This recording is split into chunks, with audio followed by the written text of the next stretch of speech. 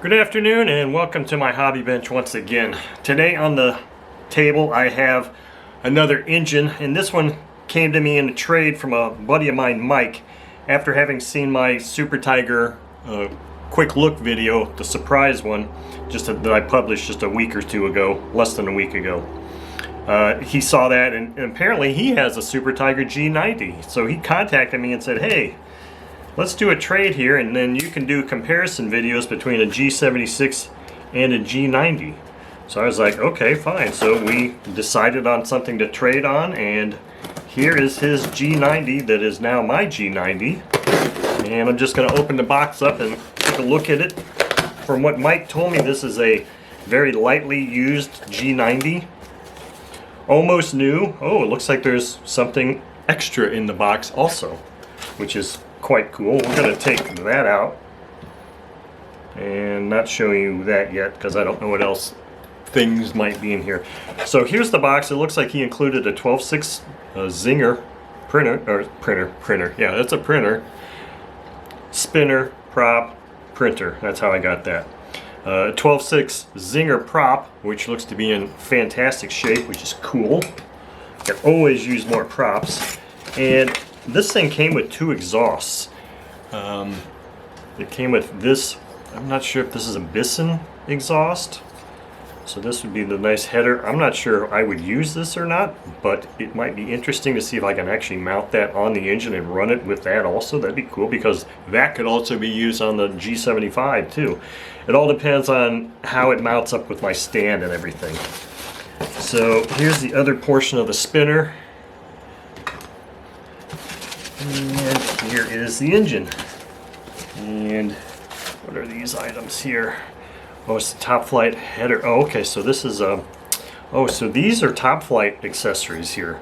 So it's the header and then the Warburg muffler for 60 to 92 strokes. So that's what this is. So this is a top flight. Top flight and the in-cow muffler. This is a header. Sweet! So that's cool as hell. That's really cool. Thank you, Mike. And I don't...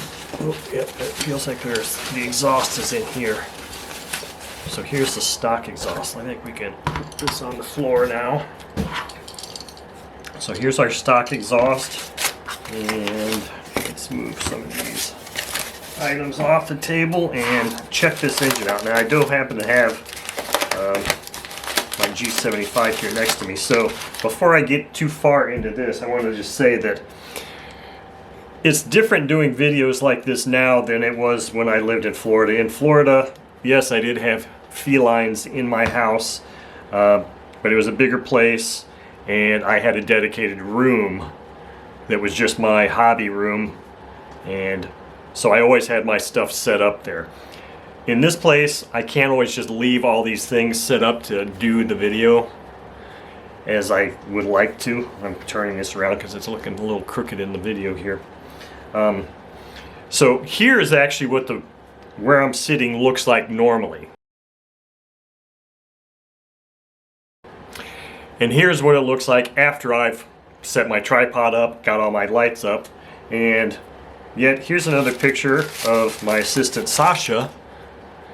She's sometimes up here, and that's the reason why I can't just leave things like this, because ultimately I would love to be able to just leave stuff out like this, but because of the fact that I've got Sasha here with me, and every space in this apartment is equal space for us both, so she has equal rule everywhere, and I can't just go leaving things out all the time, which makes it especially difficult for me to plan my day if I'm doing disassembling an engine and I'm going to have a hot heat gun or oil around and that type of thing. I have to really plan ahead. So that's why a lot of times I'll ramrod a bunch of videos on the table when I've got the time and I've already got it set up. I may do 2 or 3 videos while this is set up, because then I got to tear this thing down, the tripod and everything at least, and the camera to take out to the field or wherever it is that I'm running engines.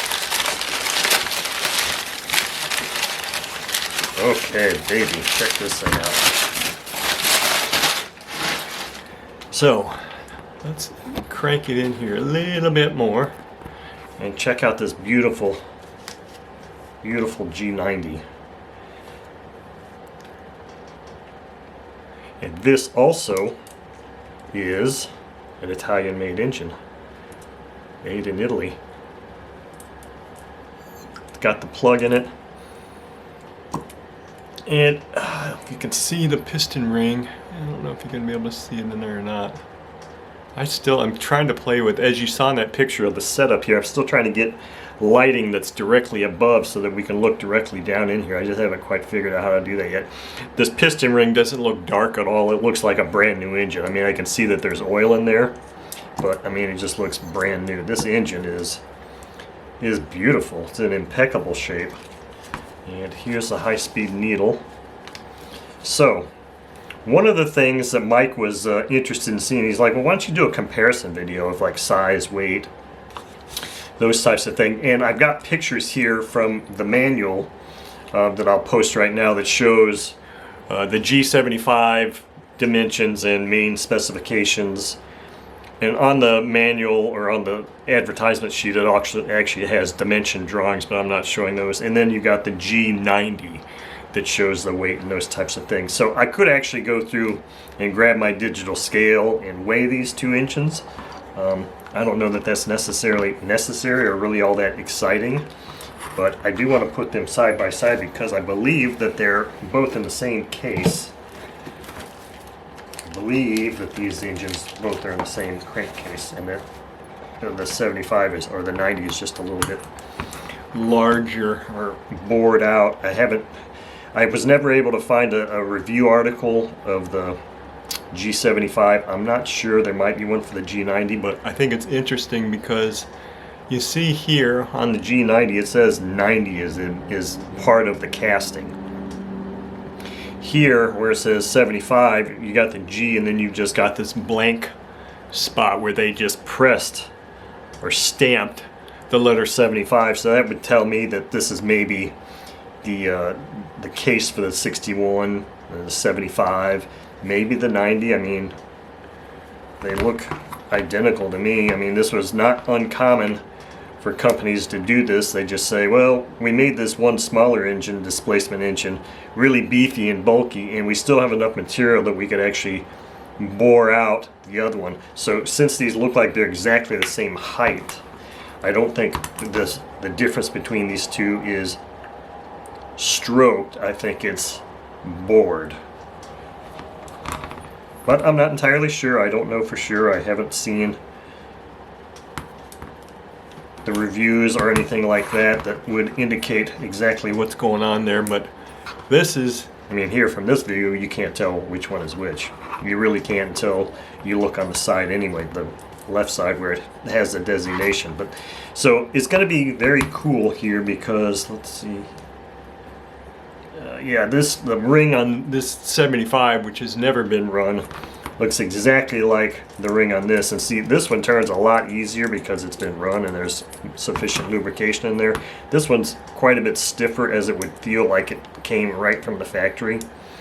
I have not put any kind of lubrication in here to free it up at all.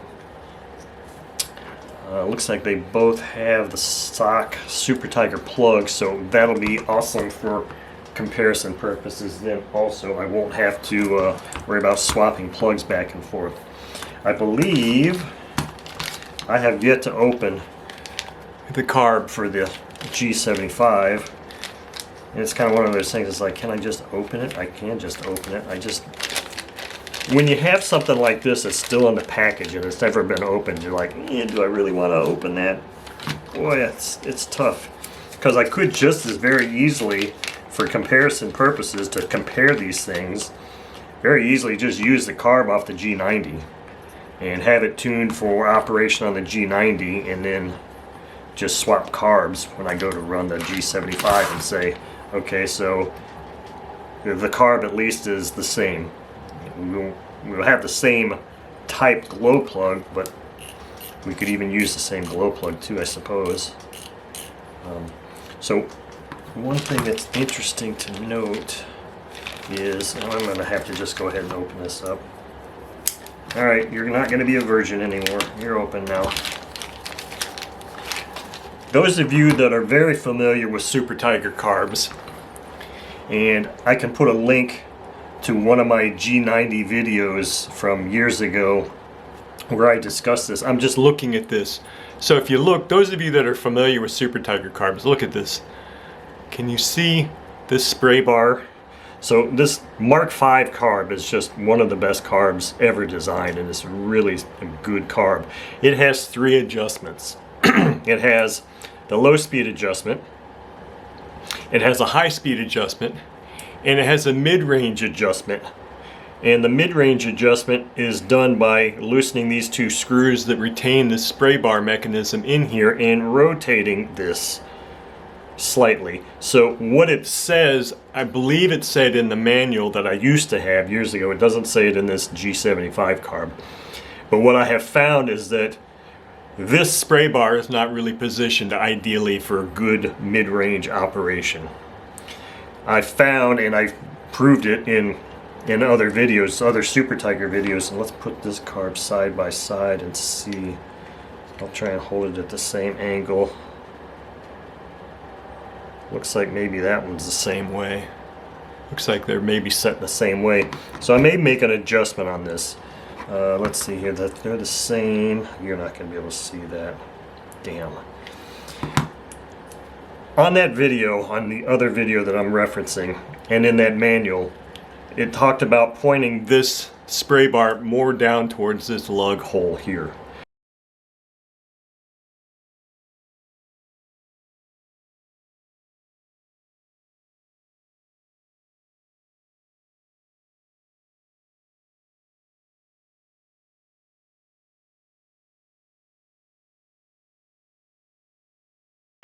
And that enabled better mid-range transition if there was an issue, which I think is interesting because these 2 look like they're positioned exactly the same way, which means they would be positioned the same from the factory.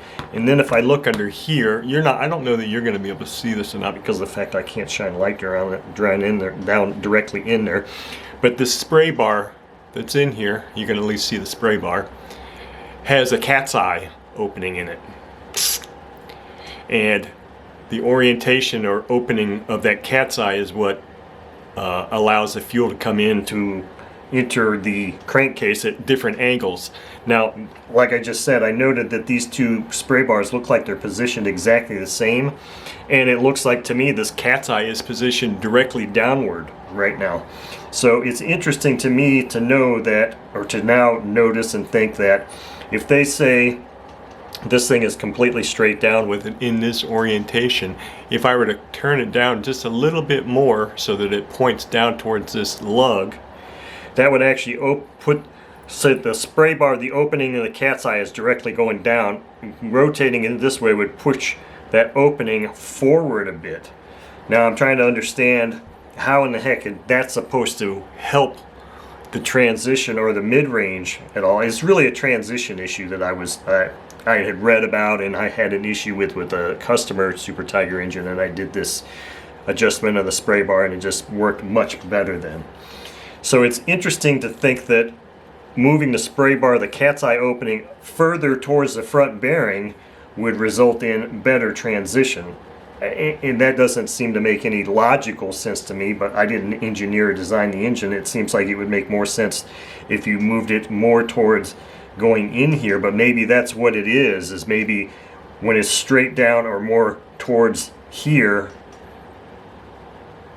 it would be flooding out the engine more and making it stumble more, so that maybe just that little bit of a few degrees of difference here is enough to basically lean that mid-range out just a hair, so it takes a little bit longer, a millisecond or 2 longer for that fuel to get in there. And maybe that's the rationale for that. But I've proven that on several engines before, and that was the first thing I looked at when I saw this, is that spray bar is pointed this way as opposed to going more down towards the lug hole, which is right here. So it looks like that thing is pointed out this way, out to here, where it could be pointed down. But anyway, thank you, Mike, for this opportunity to do a side-by-side comparison of these 2 engines. This is going to be a lot of fun. Well, I guess I could have just done that too.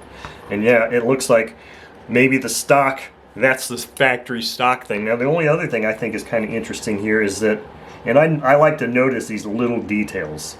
I don't know why, but I just do. The two screws holding the spray bar assembly in here on this G90 are like a satin steelish color, whereas the ones on this G75 should be the exact same screws. They're like a black oxide coating on there. It looks like they should, I mean, it's the exact same carb, so I mean it should be identical. So that just represents a difference in probably model year. Looking to see if it looks like they preliminarily set this. And another thing that's beautiful about these carbs is they have a throttle stop screw. Everybody, those of you that have watched my channel for years know that I'm always talking about, damn it, I wish every carb had a throttle stop screw. And I understand, no, I don't understand why some carbs, some manufacturers say no, and some other people went away from throttle stop screws. I don't understand that.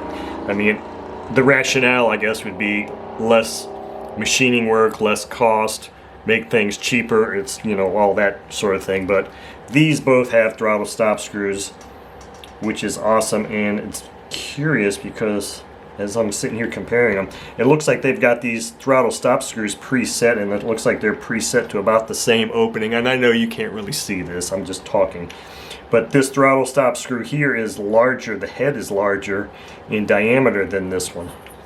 And if I do a side-by-side here, I think you can kind of maybe see that it's even a larger screw. This is a taller screw, a bigger screw it looks like, and or this one is, the spring that's in there is compressed a lot more than, God, this is kind of tough to see. So I'm talking about things that you may not necessarily be able to see. But the spring is much more compressed here than it is here, and this screw is taller. I mean, with them both set, it looks like they're both set at the same carb opening.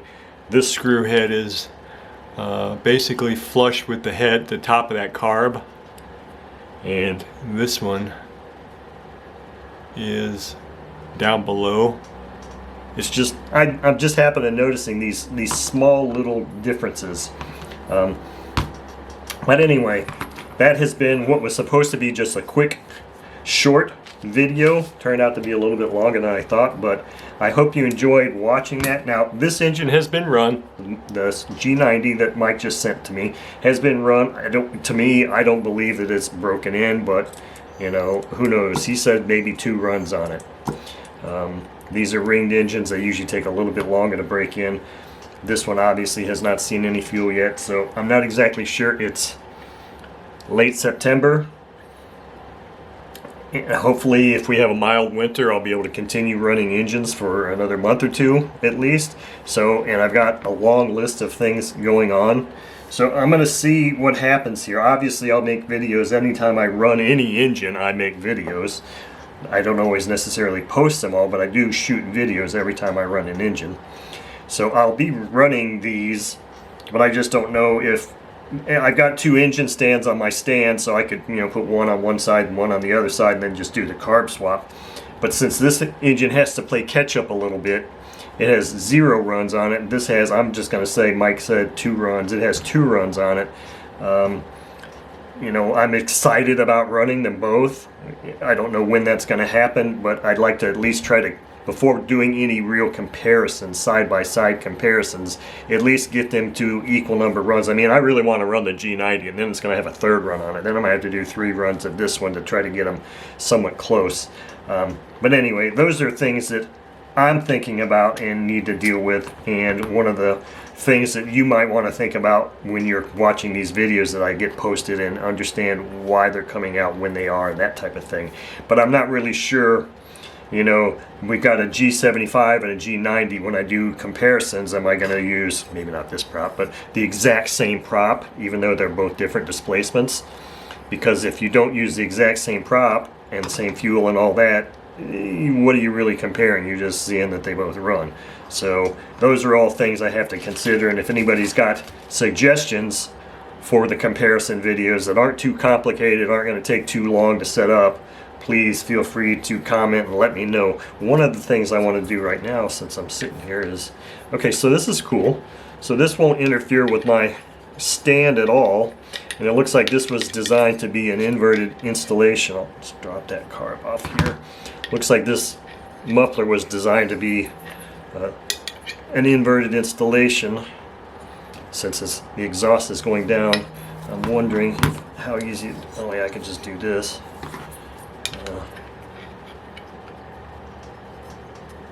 Or do that.